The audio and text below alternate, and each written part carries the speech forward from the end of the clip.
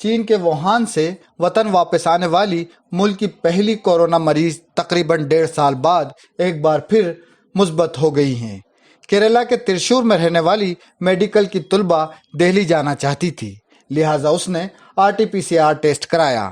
منگل کو ان کی رپورٹ مثبت آئی۔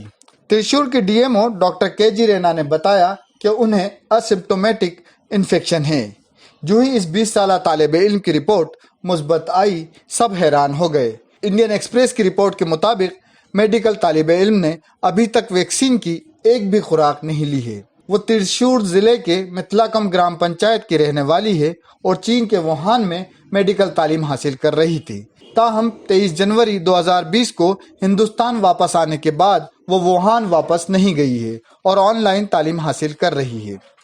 ان کی رپورٹ گزشتہ 30 جنوری 2020 کو کورونا مثبت آئی تھی۔ وہ ترشور کے گورنمنٹ میڈیکل کالج میں زیر علاج رہنے کے بعد ٹھیک ہو گئی تھی۔ میتلاکم گرام پنچایت کی ہیلتھ انسپکٹر شیبا نے بتایا کہ ووہان سے واپس آنے والی طلبہ نے پہلے مجھے گھر آنے کی اطلاع دی تھی۔ وہ کولکتہ کے راستے لوٹی تھی۔ جب وہ پہلے دن گھر پہنچی تو میں اس سے رابطے میں تھی۔ وہ اپنا درجہ حرارت چیک کرانے کے لیے سرکاری اسپتال پہنچی اور اپنے بارے میں ہمیں آگاہ کیا۔ شیبا نے بتایا کہ میں اس طالب علم کو دن میں 2 سے 3 بار فون کرتی تھی۔ ابتدا میں اس میں کوئی علامت ظاہر نہیں ہو رہی تھی، لیکن جب میں نے 3-4 دن کے بعد فون کیا تو اس نے بتایا کہ اس کے گلے میں ہلکا سا درد ہے۔ میں نے فوری طور پر یہ بات ضلع کے میڈیکل افسران کو بتائی اور اسے اسپتال لے جایا گیا۔ بعد میں اس کی رپورٹ کورونا مثبت آئی۔ یہ ملک میں پہلا مثبت کیس تھا۔ ہیلتھ انسپکٹر شیبا نے بتایا کہ ووہان سے واپسی کے 2 دن بعد میڈیکل طلباء نے اپنے چھوٹے بھائی کی سالگرہ منائی۔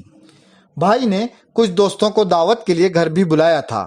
جب دوست گھر آئے تو یہ لڑکی بھی گھر میں ہی تھی، حالانکہ وہ کوارنٹائن تھی۔ پنچایت اور انتظامیہ نے ان بچوں کو پرائمری کانٹیکٹ مانا تھا اور گھر والوں کے ساتھ کوارنٹائن ہونے کو کہا تھا۔ شیبا نے بتایا کہ میڈیکل کی طلبہ صحت کارکنان کے ساتھ تعاون کر رہی تھی۔ وہ صرف یہ چاہتی تھی کہ اگر اس کی رپورٹ مثبت آتی ہے تو اس کے والدین کو فوری طور پر نہیں بتایا جائے۔ اسے ڈر تھا کہ کہیں وہ اس خبر سے آپ کو ہمارا یہ ویڈیو کیسا لگا کمنٹ کر کے بتائیں۔ اگر پسند آئے تو اسے لائک اور شیئر ضرور کریں، ساتھ ہی ہمارے چینل کو سبسکرائب کریں۔ شکریہ۔